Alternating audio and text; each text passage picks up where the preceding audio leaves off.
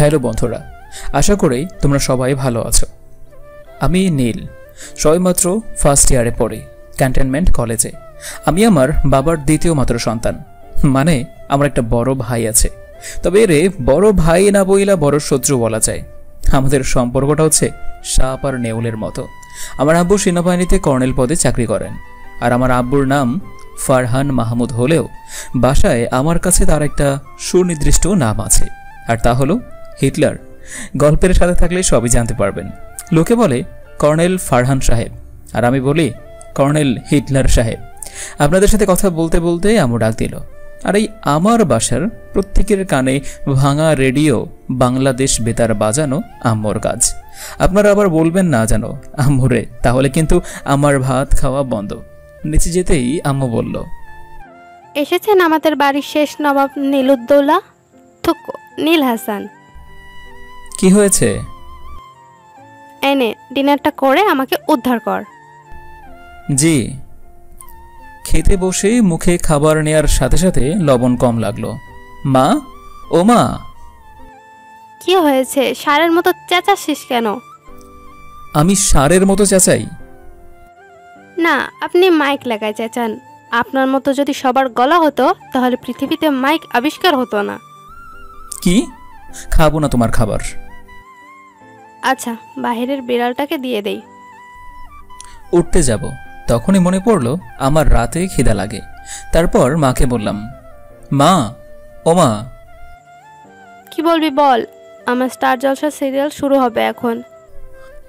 আসলে খাবারগুলো বিড়ালকে দিলে নষ্ট হবে তো, তার থেকে বরং আমাকে দাও। কথা না বলে তাড়াতাড়ি খেয়ে নে।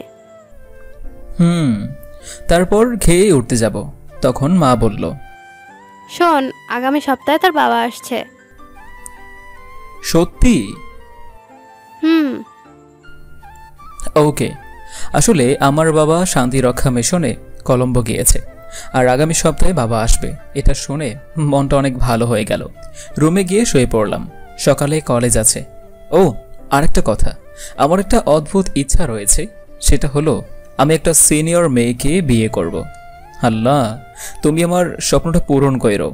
পরের দিন সকালে কলেজের গেট দিয়ে ঢুকছি, এমন সময় একটা মেয়ে ডাক দিল। চেহারা দেখে তো আমি ফিদা।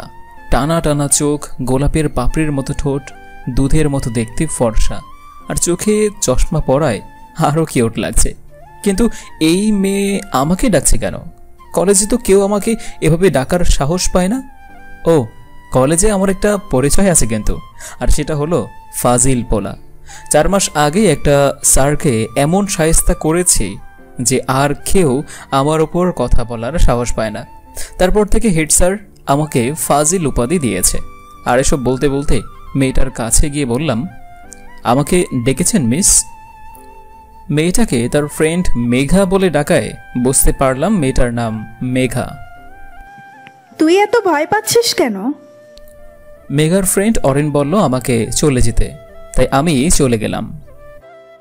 কিরে, তুই এই মুগলিটাকে যেতে দিলি কেন? আমার প্রশ্ন শুনে অরিন বলল যে, এটা মুরগি না, এটা শিয়াল। এমন টাইট দেবে আর ওর নাম মুখে আনবে না।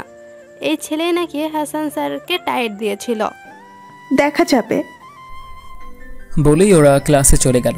মেঘা আপুরা আর অরিন আপুরা আমাদের মতোই। অরিন আপুকে চিনি, তবে মেঘা মেয়েটাকে চিনে না। তারা সিনিয়র, সেকেন্ড ইয়ারে পড়ে। মেঘা মেয়েটাকে আপু বলতেও মন চাচ্ছে না, কারণ মেঘাকে দেখে আমি ক্রাশ খেয়েছি। কথায় আছে, ছেলেরা নাকি ভাতের চেয়ে বেশি সিনিয়র আপুদের উপর ক্রাশ নামক বাস খায়। ক্লাসে কিছুক্ষণ নাহিদের সাথে কথা বললাম। নাহিদ আমার বন্ধু। এছাড়া আরও অনেক আছে, যেমন অব্র, আশিক, মাহাদি, তপু, হাসান, পলাশ, সোনিয়া, তাহা, ফারিহা। আমরা সবাই ফ্রেন্ড, কিন্তু তারা আজকে কেউ আসেনি। আর আসলে আপনাদের সাথে পরিচয় করিয়ে দিতাম আর কি, কিন্তু আফসোস কেউই আসেনি। এরই মধ্যে ক্লাসে স্যার চলে আসলো, সাথে একটা মেয়েকে নিয়ে। আরে, এটা তো দেখি মেঘা, আমার ক্রাশ।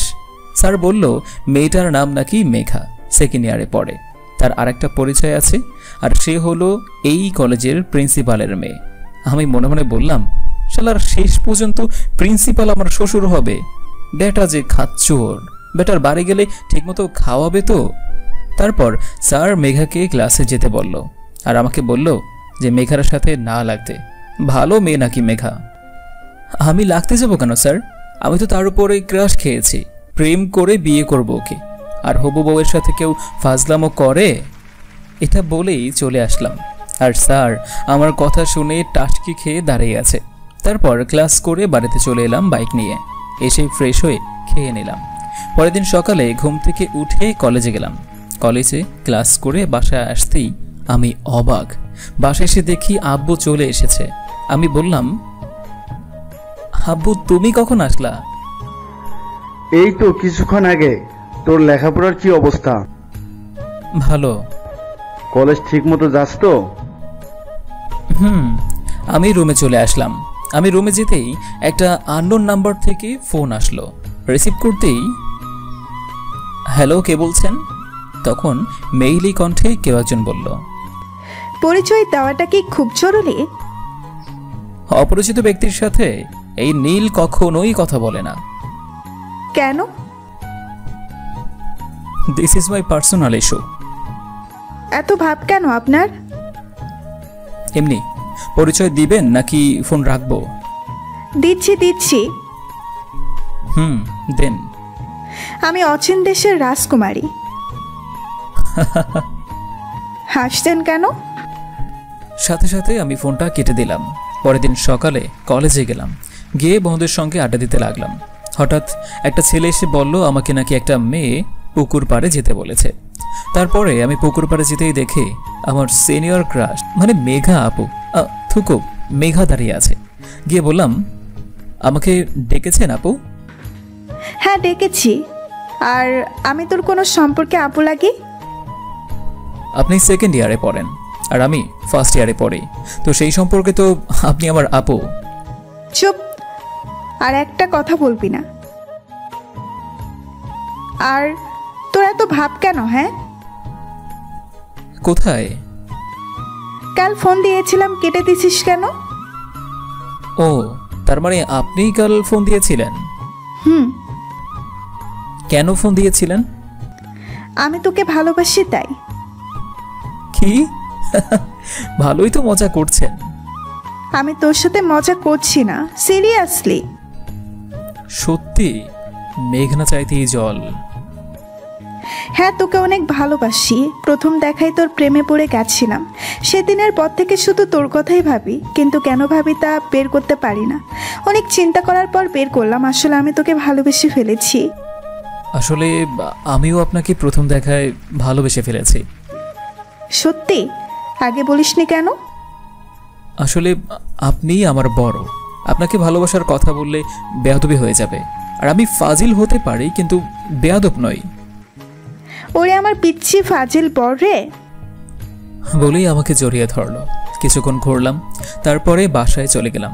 বাসায় এসে লাঞ্চ করে রুমে চলে গেলাম। তখনই ফোন এলো, দেখি মেঘা ফোন দিয়েছে। হ্যালো মেঘা। কি করে আমার পিচ্ছি ফাজিল বরটা? শুয়ে আছি, তুমি? আমিও শুয়ে আছি। আচ্ছা, আমাদের সম্পর্কটা কি সবাই মেনে নেবে? জানি না। তারপর আর কিছুক্ষণ কথা বলে ঘুমিয়ে পড়লাম। এভাবেই কেটে গেল প্রায় একটা বছর। আমি এখন সেকেন্ড ইয়ারে, আর মেঘা এবার এসএসসি শেষ। একদিন মেঘা এসে বলল, নীল, আমার বিয়ে ঠিক হয়ে গেছে। কি? ছেলে কি করে? শুনলাম নাকি ডাক্তার। ওই ছেলে ডক্টর হোক আর যাই হোক, আমার কি? কি করবা এখন? তোমার বাসায় বিয়ের প্রস্তাব দেব। রাজি হবে?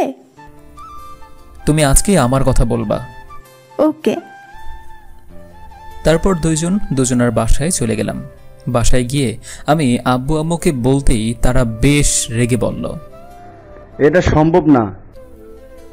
কেন আব্বু? কারণ ওই মেয়ে তো বড়। আমি আর কিছু না বলে রুমে গিয়ে মেঘাকে ফোন দিলাম। মেঘার বাসায়ও একই অবস্থা। আমি বললাম, মেঘা চলো পালিয়ে যাই। কিন্তু যাবো কোথায়?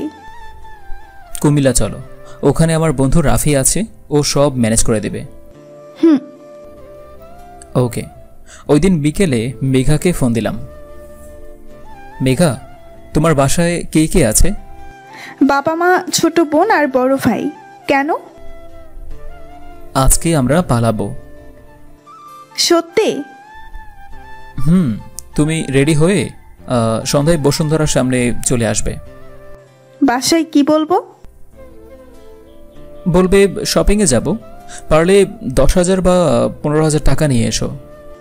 ওকে। তারপর প্ল্যান অনুযায়ী কাজ করলাম। মেঘাকে নিয়ে চলে গেলাম গাবতলী। সেখানে বাসের টিকিট কেটে কুমিল্লা চলে গেলাম। সেখানে গিয়ে দেখি রাফি সব ব্যবস্থাই করে ফেলেছে। প্রথমে কাজে অফিসে গিয়ে বিয়ে করে নিলাম। তারপর হাতে যে কয় টাকা ছিল এই কয় টাকা দিয়ে কিছু খেয়ে নিলাম। তারপর একটা বাসা দেখলাম, সে বাসায় উঠলাম। হাতে রয়েছে প্রায় 20,000 টাকার মতো। এক সপ্তাহে এভাবেই থাকার পর কিছু টাকা শেষ হয়ে গেল। তারপরে মেঘাকে বললাম, মেঘা, কাল ঢাকায় চলো। কেন? তোমার সার্টিফিকেটটা আনতে হবে। তোমার রেজাল্টটাও তো দেখা হলো না, আর কাল তো রেজাল্ট দিয়েছে। তোমার রোল নাম্বারটা কি মনে আছে? রেজিস্ট্রেশন নাম্বারটা মনে আছে? বলো তো। তারপর মেঘার রেজাল্ট বের করলাম। দেখি মেঘা গোল্ডেন A+ পেয়েছে। খুশিতে মেঘাকে জড়িয়ে ধরে কয়েকটা কিস করলাম। কি হয়েছে? মেঘা, তুমি গোল্ডেন A+ পেয়েছো। সত্যি? পরের দিন আমি আর মেঘা ঢাকায় চলে গেলাম এবং সার্টিফিকেট এবং আমার ট্রান্সফার সার্টিফিকেট নিয়ে চট্টগ্রামে চলে এলাম নিজের বাসায়, মানে আমরা যেখানে উঠেছি। তারপর বললাম,